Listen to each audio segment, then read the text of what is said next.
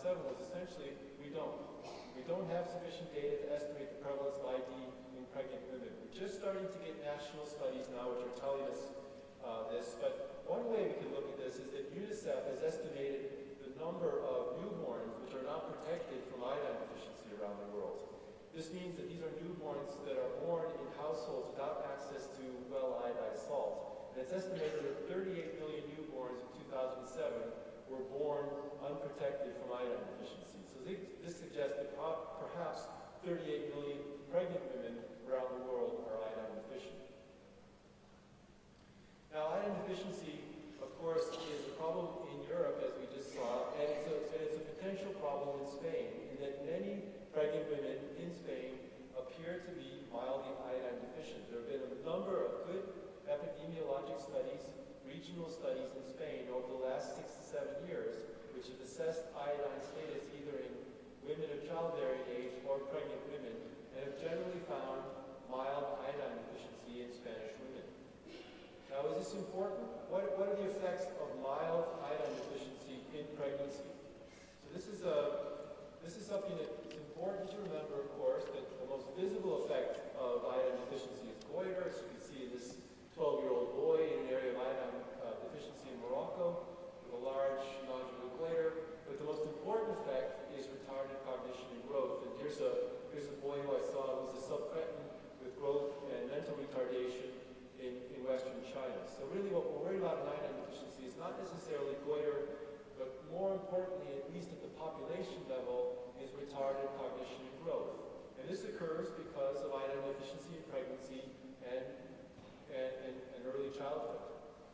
Now we have what we see here is a young girl, 14-year-old girl in Morocco again, with you can see she has a small diffuse goiter in her neck.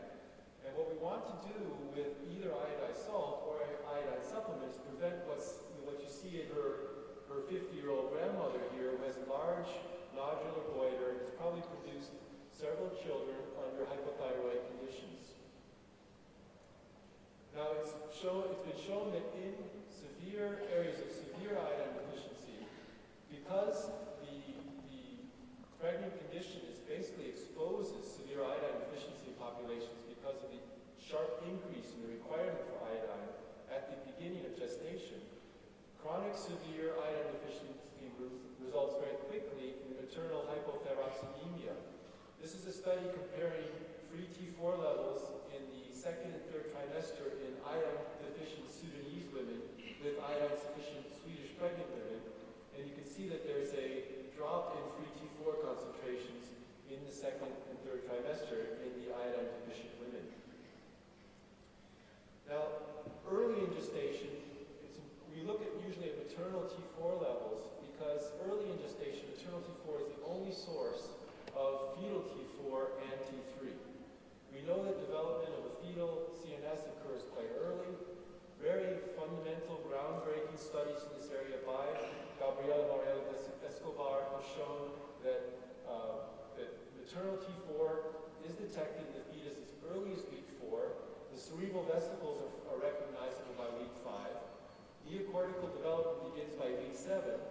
And as neuronal proliferation and migration expands rapidly in these weeks, there's about a 10-fold increase in T3 receptors in the fetal CNS.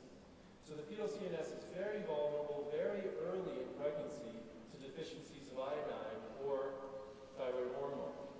And probably the effects of hypothyroxemia are through effects both on nuclear thyroid receptors in the developing CNS and also through possible early non-genomic effects such as induction of angiogenesis in the developing central nervous system. Now, this is a beautiful study published in JCI by Gabriela's group showing that there are clear alterations in fetal brain histogenesis and cytoarchitecture even in early maternal hypothyroxemia in rats. And you can see in these figures, pointer's not working, but basically you can see that there's neocortical layering